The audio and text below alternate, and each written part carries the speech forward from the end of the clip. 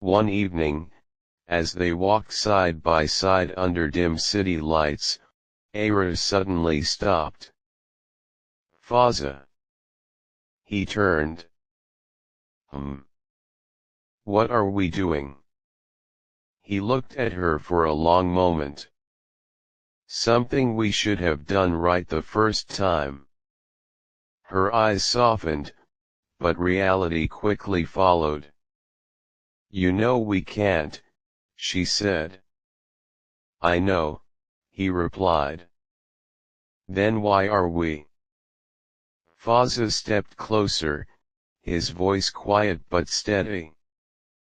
Because I'd rather have moments with you that hurt, than a lifetime pretending I never felt this.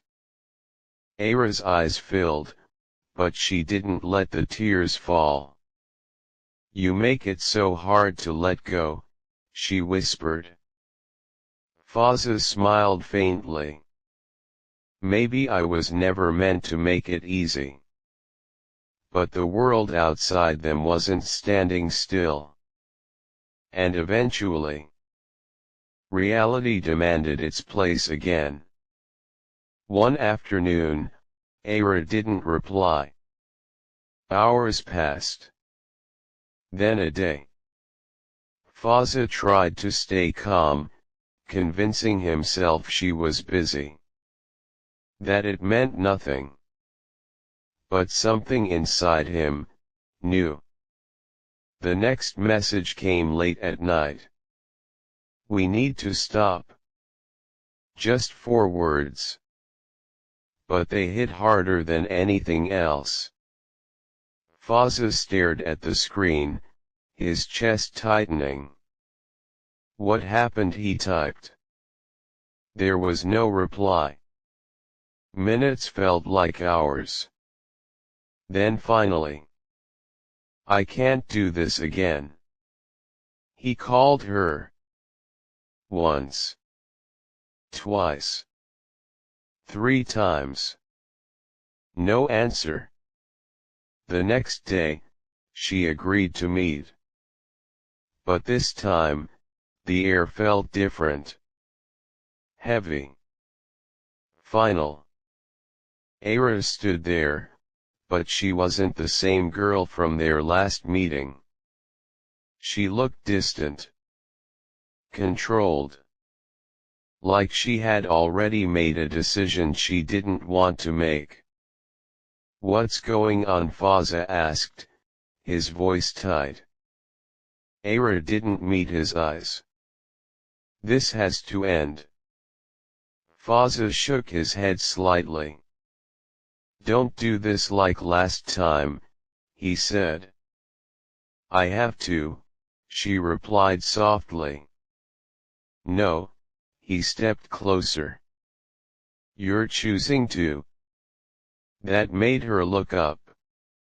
And for the first time, there was frustration in her eyes. You think I want this? She said, her voice breaking slightly. You think it's easy walking away from you again? Then don't, Fazza said, almost desperately. Ara smiled sadly. You still don't understand. Then make me understand, he insisted. She took a deep breath. Because loving you comes with losing everything else. Silence. Fazza felt those words settle deep. And staying without you? He asked quietly. Ara's voice dropped to a whisper. That's something I've already learned how to survive. That was the difference. Fazza had learned how to live without her. Ara had learned how to endure it. I don't want to be the reason your life falls apart, she continued. You're the reason it ever made sense, Fazza replied. That broke her. But she still stepped back. Some love stories aren't meant to be lived twice, she said. Fazza looked at her, pain clear in his eyes. Then why did you come back? Ara didn't answer immediately. Because the truth was simple. She never stopped loving him. But love wasn't enough. Not this time. Not in this life. I'm sorry, she whispered. Fazza nodded slowly, not because he accepted it, but because he understood. And sometimes, understanding hurts more than anything else. She turned to leave. And just like before, she didn't look back. But this time, Fazza did. Because he knew. This wasn't just another ending. This was the last one. Days passed. Then weeks. No messages. No calls. Nothing. Fazza returned to his writing. But something had changed. His words were no longer about memories. They were about truth. Raw. Unfiltered. Real. Because now he knew. Love doesn't just break you once. Sometimes, it comes back just to show you it still can. One night, he wrote a single line, I found her again, just to lose her properly this time. And for the first time, he didn't try to continue the story. Because some endings don't need more words. The days after Aero left felt heavier than the first time. Because this time, it wasn't confusion. It was clarity. And sometimes, clarity hurts more than heartbreak. Fazza didn't chase her. Not because he didn't want to, but because he finally understood something he hadn't before. Love isn't always about holding on. Sometimes, it's about knowing when someone has already let go. He buried himself in his work again. But this time, the writing felt different. Darker. Deeper. More honest. He stopped romanticizing pain. He started telling the truth. Months passed. Fazza's name grew bigger. His stories reached further. People admired him, quoted him, called him the voice of broken hearts. But fame doesn't fill emptiness. And success doesn't replace what you lost. Then one evening, everything changed. Fazza received a call. Unknown number. He almost ignored it. But something made him answer. Hello. There was silence on the other end. Then a familiar voice, but weaker than he had ever heard it. Fazza. His heart stopped. Ara. Her breathing sounded uneven. I didn't know who else to call. Fear rushed through him. What's wrong? Where are you? There was a pause. Then she said something that shattered him. I don't have much time. The world went silent. Stop it, Fazza said quickly. Don't say things like that. I'm serious, her voice trembled slightly. I didn't tell you before, because I didn't want you to stay out of pity. Fazza's grip tightened on the phone. Tell me what's going on. Ara took a slow breath. I'm sick, Fazza. Silence. The kind that breaks you from the inside. For how long, he asked, his voice barely holding. A while, she replied. Even before I came back into your life. Fazza felt anger rise, but it was mixed with pain. So all this time, you knew? Yes. And you still came back. I had to, she whispered.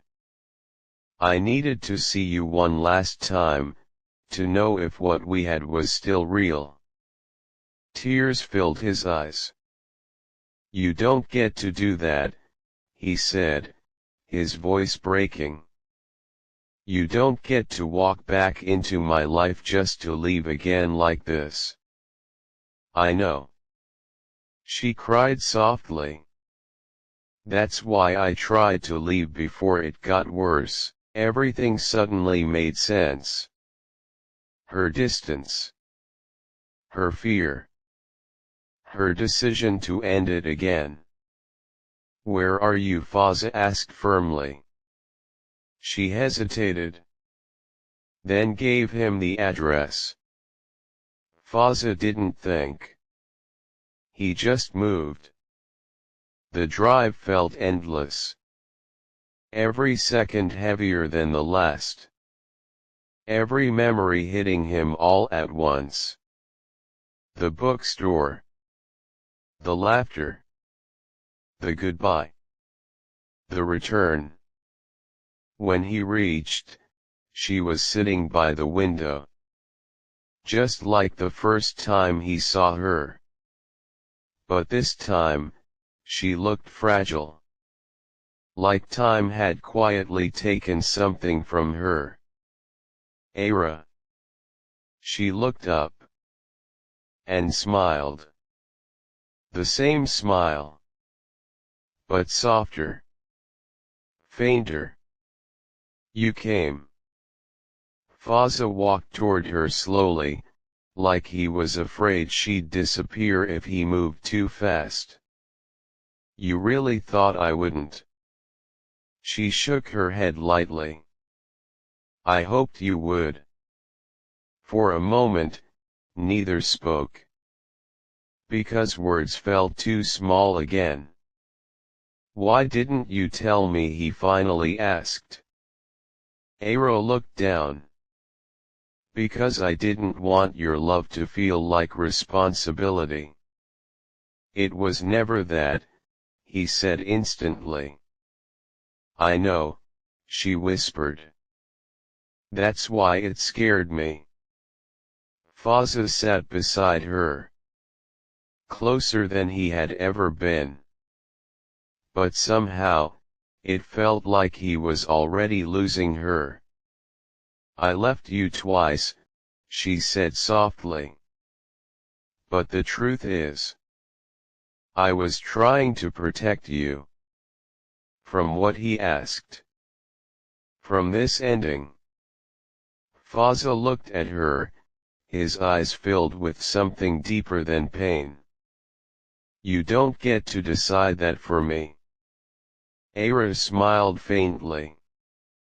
I didn't want your last memory of me to be like this. Fazza shook his head. My last memory of you, will always be love. Silence. Then slowly. He reached for her hand. And this time, she didn't pull away. I don't care how much time we have, he said. I'm not leaving again. Tears slipped from her eyes.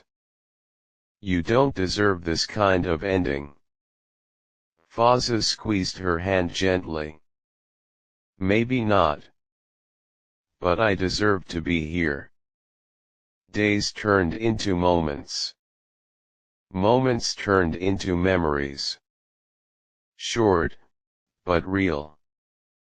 They talked more honestly than ever before. No fear. No holding back. just truth. One night, Aro looked at him and asked, "If you could change one thing, what would it be?" Fazza didn't hesitate. "I would have loved you louder the first time." Aro smiled through tears. "You loved me enough. But time was running out." The last day came quietly. No warning. No dramatic sign. Just a slow fading. Fazza sat beside her, holding her hand. Just like he promised. "Ara," he whispered. She looked at him, her eyes weaker but still full of him. I'm still not ready to lose you." She smiled gently. "You're not losing me." His chest tightened. "Then what is this?" She took a soft breath. "This is life, reminding us that love doesn't always stay." Her grip weakened. But her eyes stayed on him. "Fazza." "Yes." "Don't stop writing." He nodded, tears falling freely now. "I won't. And don't turn our story into pain." Fazza shook his head. "I can't promise that." She smiled softly. "Then at least make it beautiful." Her eyes slowly closed, and just like that, she was gone. But this time, she didn't leave him. Because the twist was, Fazza never lost her. Not really. She lived on in every word he wrote. Every story he told. Every line that carried her soul. Years later, people would read his most famous novel, The Love He Couldn't Keep, and they would call it fiction. A masterpiece. A heartbreaking love story. But Fazza knew the truth. It wasn't just a story. It was her. And maybe, that's how some love survives. Not in life, but in words that never die.